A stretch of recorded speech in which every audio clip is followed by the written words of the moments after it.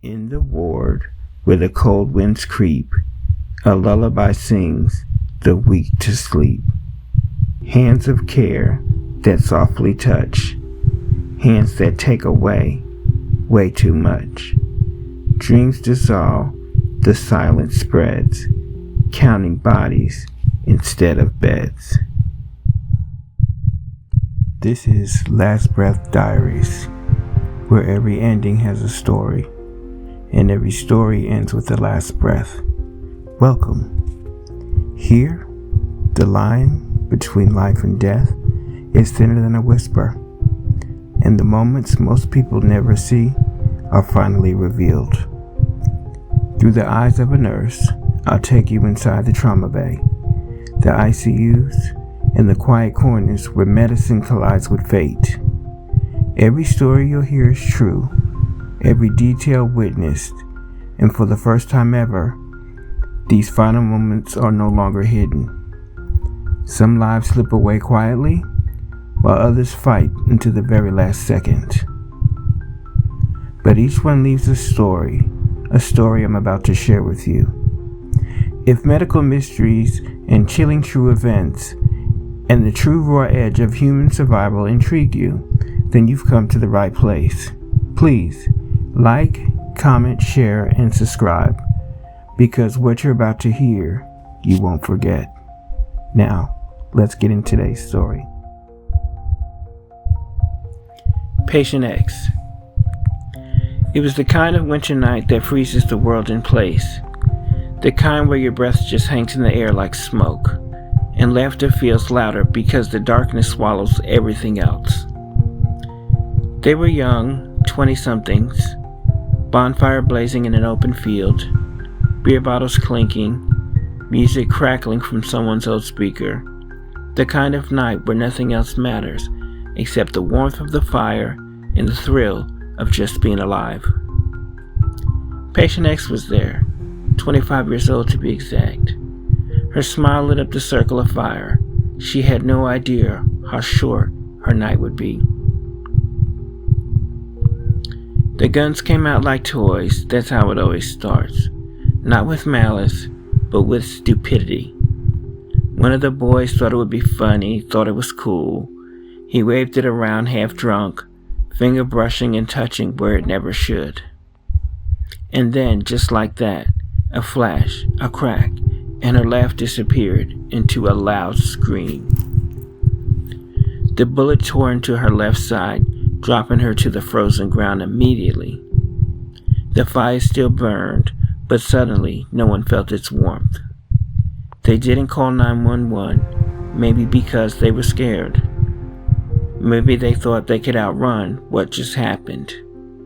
But instead of sirens, it was tires squealing. A car tearing down a dark country road, her friend screaming in the back as they pressed towels against her side. Every second bled her life away. By the time they reached the ER, she was barely conscious. Her friends shouted and banged on the glass doors. Their fists smeared blood all over the glass. The staff inside, startled, then rushed, and in an instant, we took her from their arms. I remember the first time I looked at her face. She was so young, eyes glazed, lips pale, chest rising shallow, like the world was slipping away from her with every breath. We dragged her into Trauma 1, my hands pressed into her wound, feeling the warmth of her life spilling through my gloves. She didn't speak, but her eyes moved, fluttering, searching, terrified. And I wanted to tell her she'd be okay, but I didn't. Because, sometimes you just can't lie, especially to the dying. The team moved fast. Lines were placed. Blood hung in bags above her head, flowing into her veins as fast as we could push it. Every set of hands knew their role, but still, her life poured out faster than we could pour it back in. Her chest rose unevenly, one side collapsing under the weight of blood inside. I held pressure as someone slid the chest tube in. The blood gushed out, a river that told us the truth. That bullet had already decided her fate. But we fought anyway. We always fight. We cracked her chest. I watched as the surgeon's hands dove into her body, trying to squeeze her heart back to life. Every beat forced by another hand's will. The monitor flickered, flatlined, then flickered again, each spark of rhythm a cruel tease. I kept my eyes on her face. I wanted to memorize it. Not because I wanted to remember, but because I knew forgetting would be impossible. Her friends waited outside, their cries echoing through the hall. They begged us to save her, and we begged her body to respond. Minutes turned into an hour. Our arms shook with exhaustion.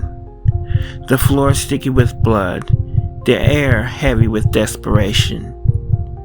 But the heart doesn't care about effort. The heart only cares about damage, and hers was too broken to return. It was 2:13 a.m. We stopped. Our hands fell away one by one. The surgeon pulled back, and silence filled the room. I walked out to meet her friends. Their faces told me everything I needed to know. One of them collapsed on the floor. Another punched the wall until his knuckle split. The third one, the one who had pulled the trigger, just stared at me. His mouth trembled, but no sound came out. His silence was louder than any scream. And then came the words from behind me, the ones I'll never forget. Can we see her? Can we come in? We let them in.